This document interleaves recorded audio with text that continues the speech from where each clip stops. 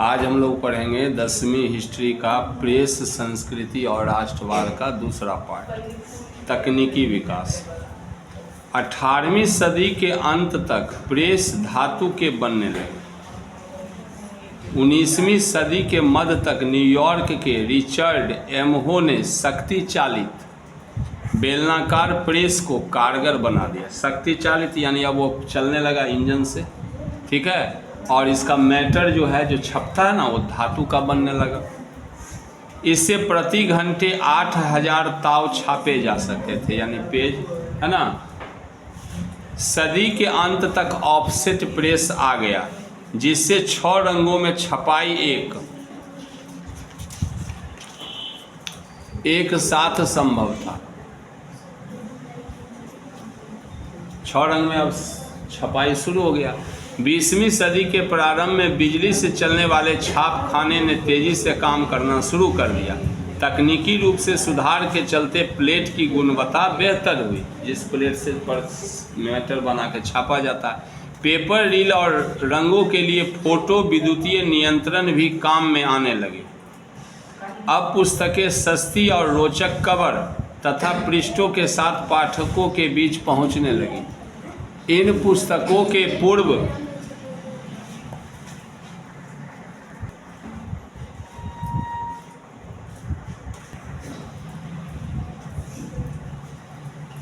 अब पुस्तकें सस्ती और रोचक कवर तथा पृष्ठ के साथ पाठकों के बीच पहुंचने लगी। इस पुस्तक के पूर्व पांडुलिपियों के माध्यम से लोग ज्ञान अर्जन करते थे।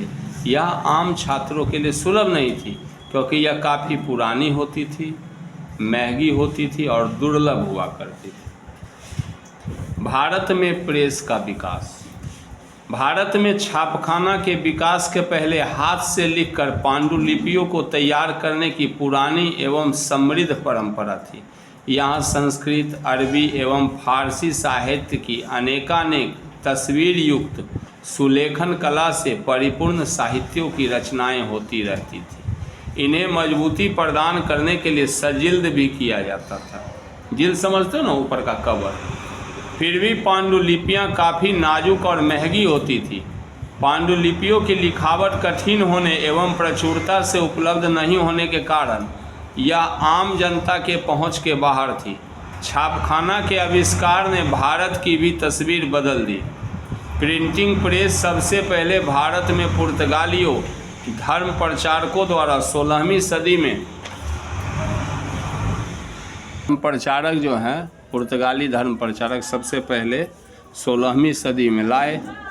जैसुइट पुजारियों ने कोंकणी में कई पुस्तिकाएं छापी। कैथोलिक पुजारियों ने 1579 में पहली तमिल पुस्तक छापी। डच प्रोटेस्टेंटों ने कई किताबों को अनुदित करके भी छापा। अनुदित करके यानी एक भाषा से दूसरे भाषा में चेंज किया।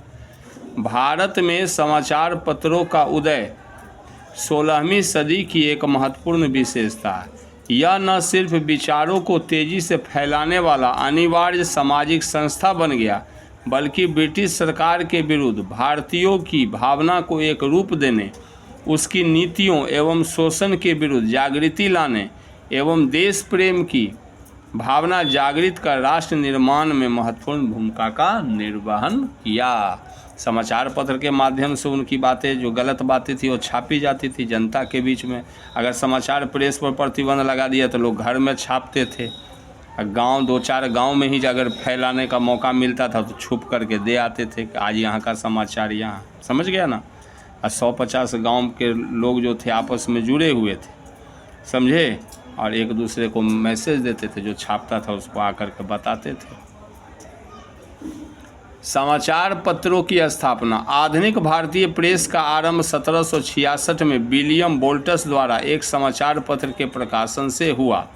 विलियम बोल्टस 1766, याद रखने की जरूरत है। परंतु ईस्ट इंडिया कंपनी ने उनके कार्यों से नाखुश होकर उन्हें इंग्लैंड भेज दिया। जब समाचार पत्र छापा था, नाखुश हो गया उससे, क्योंकि उसकी गलत बात को छापने लगा। 1980 में जेके हेक्की ने बंगाल गजट नामक समाचार पत्र प्रकाशित करना प्रारंभ किया।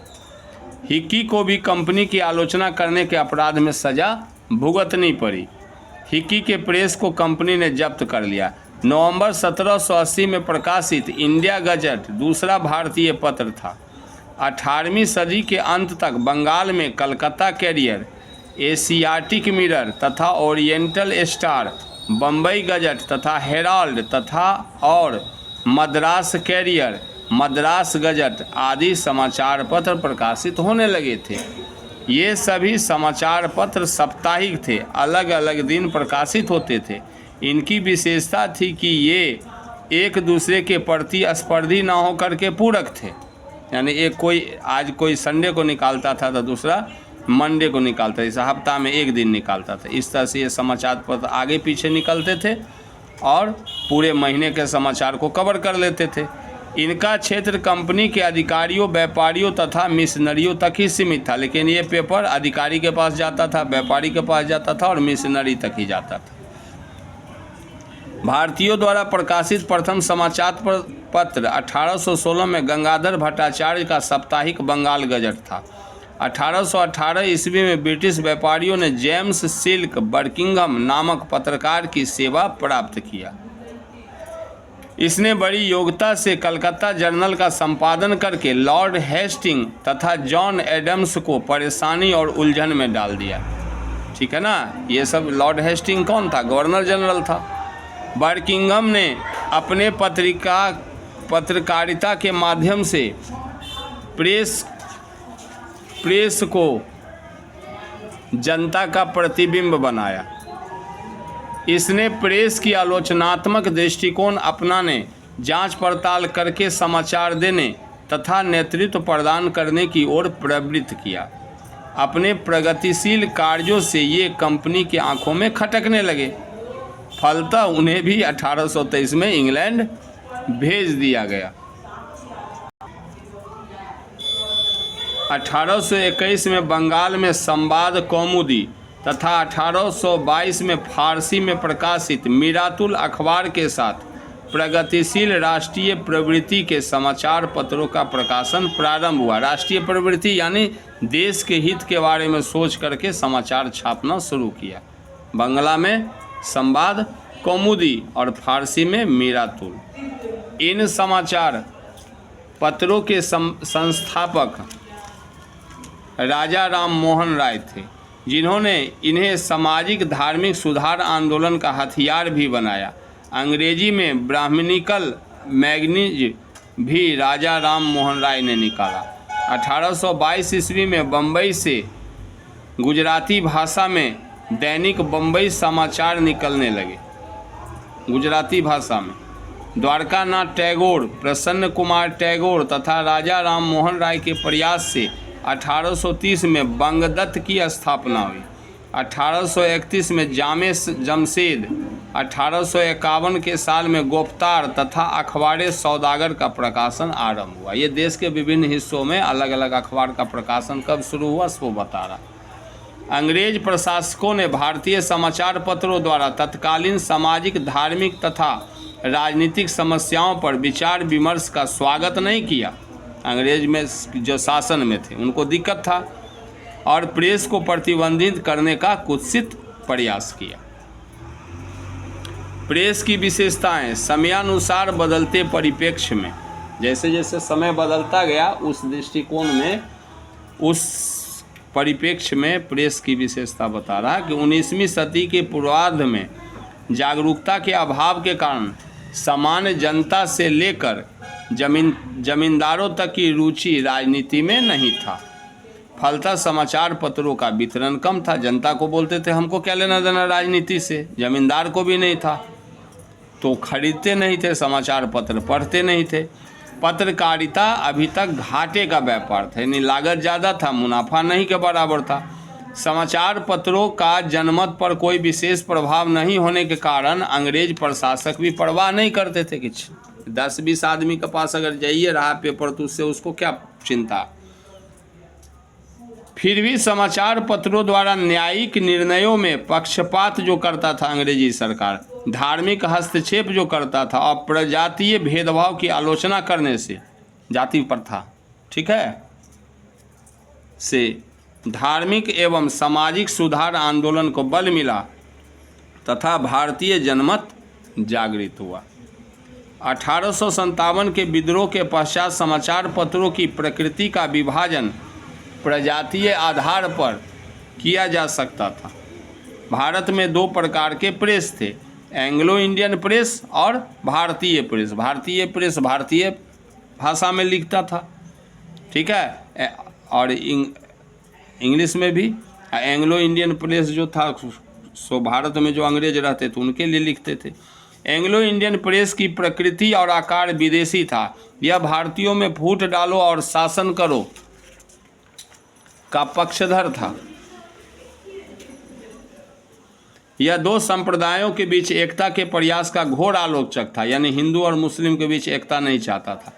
इसके द्वारा भारतीय नेताओं पर राज के प्रति गैर वफादारी का सदैव आरोप लगाया जाता था, हमेशा कि हम भारत के नेता जो हैं सो अंग्रेजी राज के यानी सरकार के प्रति वफादारी नहीं रखते। एंग्लो इंडियन प्रेस को विशेषाधिकार प्राप्त था। सरकारी खबरें एवं विज्ञापन इसी को दिया जाता था। सरकार के साथ इसका घनिष्ठ संबंध था। भारतीय प्रेस अंग्रेजी तथा अन्य भारतीय भाषाओं में प्रकाशित होते थे। 19वीं तथा 20वीं सदी में राजा राम मोहन राय, सुरेंद्र नाथ बनर्जी, बाल गंगाधर तिलक, दादा भाई नेरोजी, जवाहरलाल नेहरू, महात्मा गांधी, मोहम्मद अली, मौलाना आज़ाद आदि ने भारतीय प्रेस को शक्तिशाली तथा प्रभावकारी बनाया। 19वीं सदी में अंग्रेजों द्वारा संपादित कई समाचार पत्र थे, जिसमें संपादक अंग्रेज हुआ करते थे, जिसमें टाइम्स ऑफ इंडिया 1861 में, स्टेट्समैन 1875 में, इंग्लिशमैन कलकत्ता से, मद्रास मेल मद्रास से, पायनियर 1865 में इलाहाबाद से और 1876 में सिविल और मिलिट्री गजट लाहौर से प्रकाशित होने लगे थे।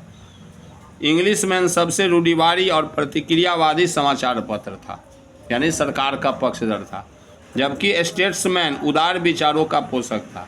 यह सरकार और कांग्रेस दोनों की आलोचना करता था। पायनियर सरकार का समर्थक और भारतीयों का आलोचक था।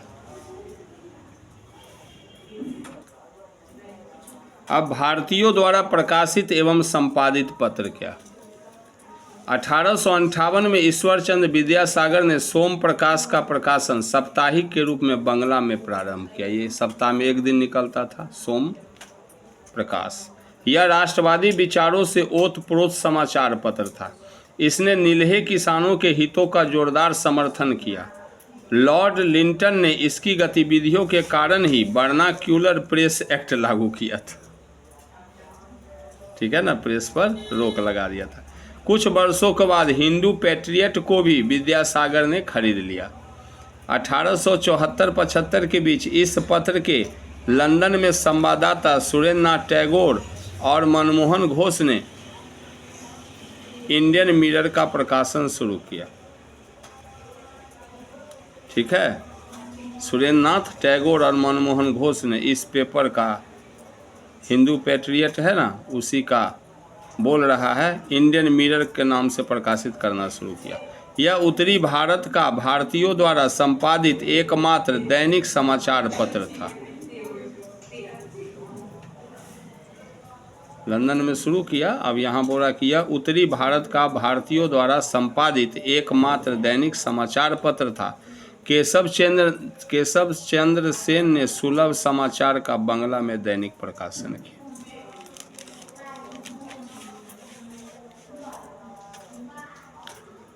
मोतीलाल घोष के संपादन में 1868 से अंग्रेजी बंगला साप्ताहिक के रूप में अमृत बाजार पत्रिका का प्रेस के इतिहास में महत्वपूर्ण स्थान है। 1868 में अंग्रेजी और बंगला साप्ताहिक के रूप में अमृत बाजार, ये इंग्लिश में भी निकल रहा है और बंगला में भी निकल रहा है, और ये पेपर जो है बहुत मशहूर था। 1878 में लिंटन के वर्नाक्यूलर प्रेस एक्ट से बचने के लिए यह रातों रात अंग्रेजी में प्रकाशित होने लगा, समझे। जोगेंद्र नाथ बोस के संपादन में 1881 में बंगवासी शुरू हुआ, जिसकी वितरण संख्या 8500 तक पहुंच गई। ये पेपर 8500 आदमी तक पहुंच रहा था। सुरेंद्र नाथ बनर्जी ने बंगाली को राष्ट्रवादी एवं राजनीतिक विचारधारा का प्रभावशाली पत्र बनाने में सफलता प्राप्त किया। बंगाली नामक पेपर पर लिखा।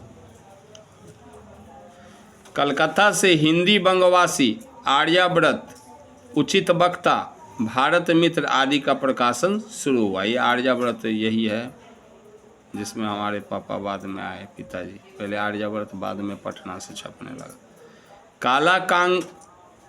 काला कांकड़, उत्तर प्रदेश से हिंदी में हिंदुस्तान का प्रकाशन शुरू हुआ, जो उदार विचारों का पोषक था। ये हिंदुस्तान अभी तक छप रहा है ना, समझ गए।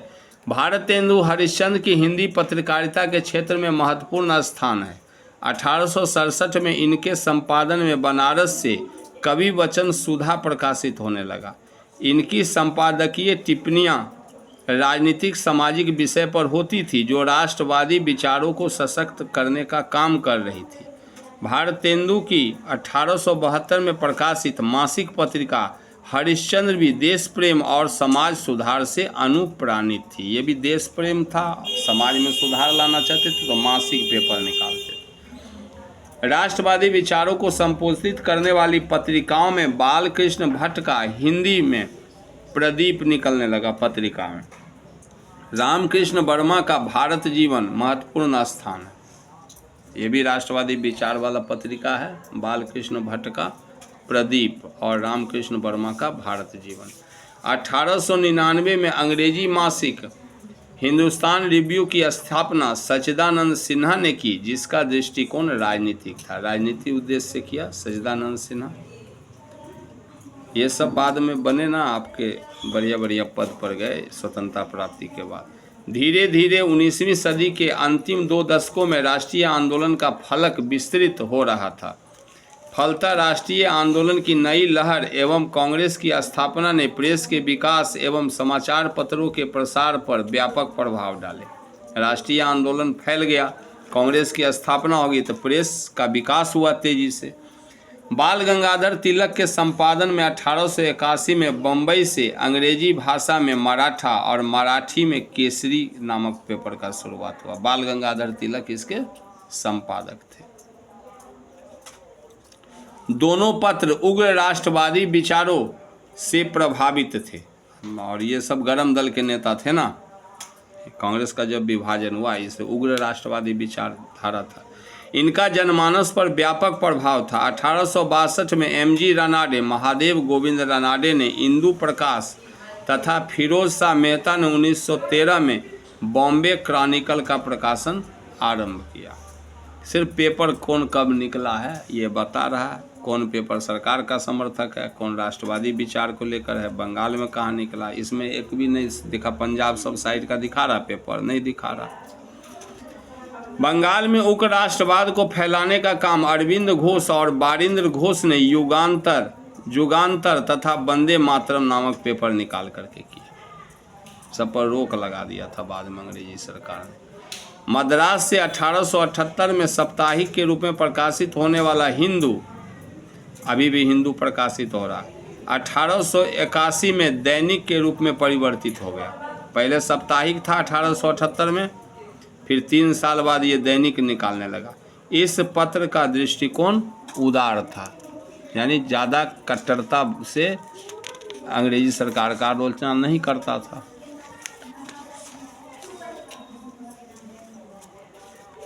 समाचार पत्रों को राष्ट्रीय आंदोलन के प्रचार के हथियार के रूप में डॉक्टर एनी बेसेंट ने भी इस्तेमाल किया, राष्ट्रीय आंदोलन का प्रचार करने के लिए। इन्होंने मद्रास स्टैंडर्ड को अपने संचालन में लेकर न्यू इंडिया का नाम दे दिया, उसका मद्रास स्टैंडर्ड नामक पेपर को, और होम रूल का नारा जन जन तक पहुंचाया।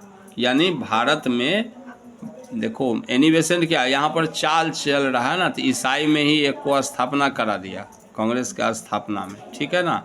एनी बेसेंट को लगा दिया कि होम रूल, यानी हम इनको स्वशासन दे दे, देश में इनका शासन हो, लेकिन वित्त पर और विदेश पर और मेन सरकार में हम ही रहें, यानी केंद्र सरकार में जैसे मोदी है, और बाकी स्टेट में हम इनको राज करने दें, यानी सत्ता पर पकड़ रहे। तो दूसरा से तो ये होम रूल का नारा जन जन तक पहुंचाया। महात्मा गांधी न केवल कुशल राजनीतिज्ञ ही थे बल्कि महान पत्रकार भी थे। गांधी जी ने यंग इंडिया तथा हरिजन के माध्यम से अपने विचारों एवं राष्ट्रवादी आंदोलनों का प्रचार किया। सरकार को अपने राजनीतिक दर्शन एवं राजनीतिक कार्यक्रमों से अवगत कराया अपने पेपर के माध्यम से, तथा भारत के आवाम को यानी जनता को एक बड़े आंदोलन के लिए प्रशिक्षित किया। भारतीय प्रेस गांधी के व्यक्तित्व से प्रभावित होकर के निर्भीक होने लगा, यानी साफ साफ अब लिखने लगा। गांधी के सीधे एवं सरल लेख से आम जनता के साथ साथ क्षेत्रीय पत्रकारिताओं को भी राष्ट्रीय आंदोलन से जुड़ने के लिए प्रोत्साहन मिला। अब क्षेत्र विशेष के लोग भी पत्रकारिता से पत्रकार बनने लगे। पत्रकार क्या करता है? पेपर को समाचार उपलब्ध कराता है। जैसे सुपौल में भी है, पत्रकार बैठा तो ये इस एरिया का देगा, बेनीपुर में बैठा है तो बेनीपुर के एरिया का देगा। तो सब जगह पत्रकार बैठा और पूरे एरिया को कवर करता। पूरे एरिया का जो समाचार है वो मेन सेंटर में संपादक को भेजेगा, फिर संपादक उसको देख करके उसको उस हिसाब से छापता है। समाचार पत्रों ने न केवल राष्ट्रवादी आंदोलन को और नई दिशा दी, अपितु भारत में शिक्षा के प्रोत्साहन, आर्थिक विकास एवं औद्योगिकरण तथा श्रम आंदोलन को भी प्रोत्साहित करने का कार्य किया। मोतीलाल नेहरू ने 1919 में इंडिपेंडेंस, सी प्रसाद गुप्त ने दैनिक हिंदी दैनिक आज, के.एम. पनिकर ने 1922 में हिंदुस्तान टाइम्स का संपादन प्रारंभ किया। बाद में हिंदुस्तान टाइम्स का संपादन कार्य मनमोहन मालवीय के हाथ में आया और अंततः 1927 में इस पत्र को जी.डी. बिरला ने अपने हाथों में ले लिया।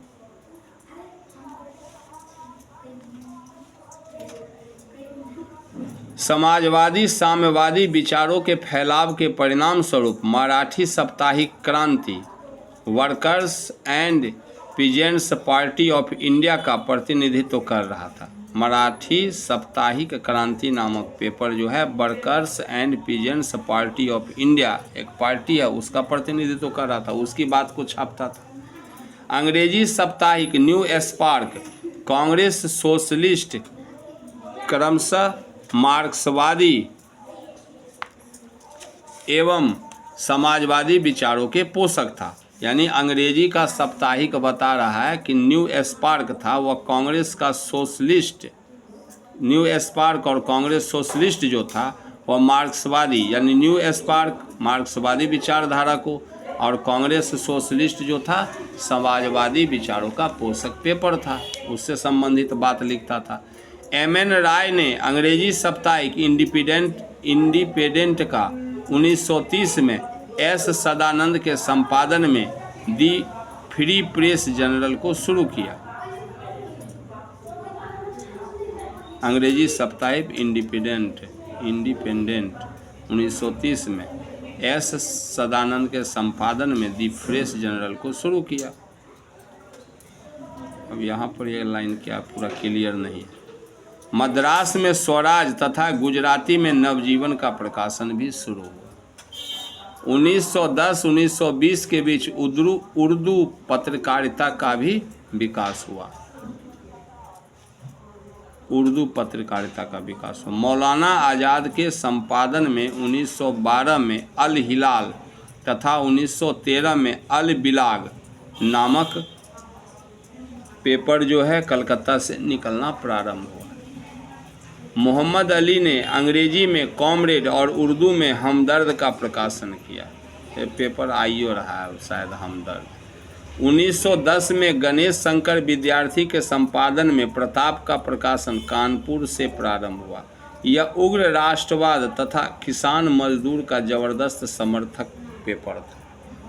1913 में गदर का प्रकाशन लाला हरदयाल के द्वारा सैन फ्रांसिस्को में शुरू हुआ। यानी वहाँ पर जो अमेरिका में रहते थे ना लोग, तो वहाँ पर लाला हरदयाल ने अपना पेपर छापा और इंडिया का समाचार अमेरिकन भारतीयों को दे रहे थे। यानी भारत के लोग बहुत सारे अमेरिका चले गए तो वहाँ रहते थे, तो उनके बीच में भारत के बारे में जानकारी पहुँचाने के लिए यह धर्मनिरपेक्ष और लोकतांत्रिक भावनाओं से ओतप्रोत समाचार पत्र था। अमेरिका तो लोकतंत्र का समर्थक था, तो ये भी पेपर उसी में छापता था कि भारत में लोकतंत्र होना चाहिए।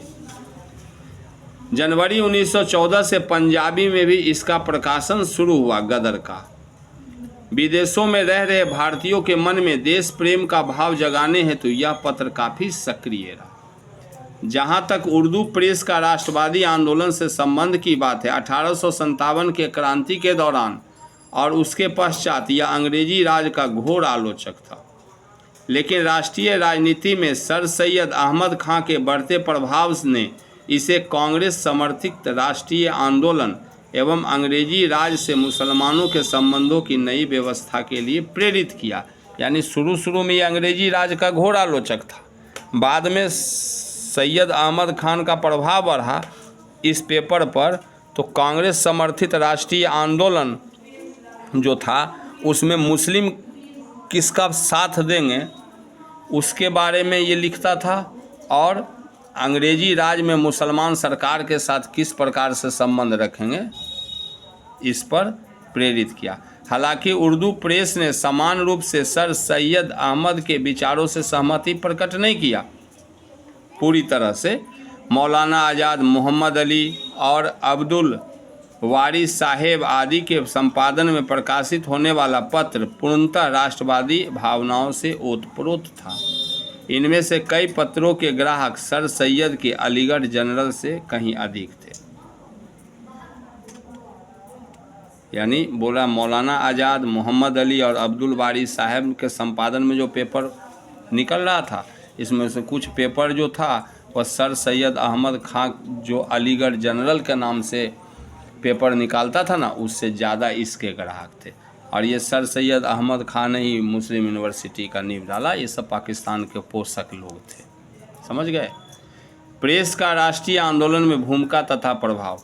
प्रेस ने राष्ट्रीय आंदोलन के हर पक्ष, चाहे वह राजनीतिक, सामाजिक, आर्थिक हो या सांस्कृतिक, सबको प्रेस ने प्रत्यक्ष रूप से प्रभावित किया। प्रेस के माध्यम से राष्ट्रीय नेताओं ने अंग्रेजी राज की शोषणकारी नीतियों का पर्दाफाश करते हुए जन जागरण फैलाने का काम किया। तो बता रहा कि राजनीतिक, सामाजिक, आर्थिक, सांस्कृतिक सब रूप को प्रेस ने प्रभावित किया। उस समय तो इसी में आता था ना, तो लोगों को जानकारी जो मिलता था विभिन्न बातों का, तो प्रेस के माध्यम से मिलता था, तो उसका प्रभाव पड़ना स्वाभाविक है। अब जो किताब आप पढ़ोगे उसका प्रभाव आप पर पड़ेगा। तो यहाँ पर पेपर जो पढ़ रहे हैं लोग, उसका प्रभाव पड़ रहा है। प्रेस के माध्यम से राष्ट्रीय नेताओं ने अंग्रेजी राज के शोषणकारी नीतियों का पर्दाफाश करते हुए जन जागरण फैलाने का काम किया। विदेशी सत्ता से त्रस्त जनता को सन्मार्ग यानी सही रास्ता दिखाने एवं साम्राज्यवाद के विरोध में, अंग्रेज हमारे पर कब्जा कर रखा था ना, तो साम्राज्यवादी था, तो उसके विरोध में निर्भीक स्वर यानी बिना डरे हुए आवाज़ उठाने का काम प्रेस के माध्यम से ही किया गया।